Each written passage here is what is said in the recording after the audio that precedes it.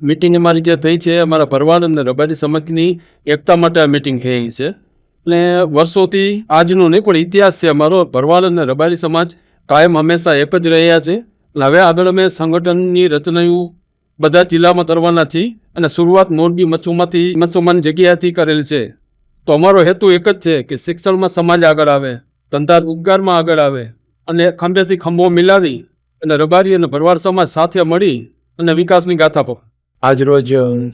બચ્ચુ માતાજીના મંદિરની સામેની સાનિધ્યમાં રબારી તથા ભરવાડ સમાજની એકા સમિતિ દ્વારા રબારી તથા ભરવાડ સમાજ મૂકીને આપવામાં આવી છે, જેનો ખાસ ઉદ્દેશ જોઈએ છે સમાજનો સન્માન ખાસ કરવા માટે, શિક્ષણનો વ્યાપ વધારવા માટે, સમાજની અંદર ઘણા બધા મુદ્દાઓ છે, સામાજિક વિકાસ થાય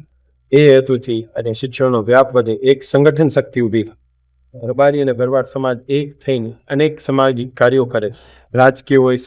સામાજિક હોય, તમામ કાર્યોમાં આગળ વધવા માટે એક સંગઠનની રચના થાય, એવા એક ઉમદા હેતુથી રબારી તથા ભરવાડ સમાજની આ મિટિંગ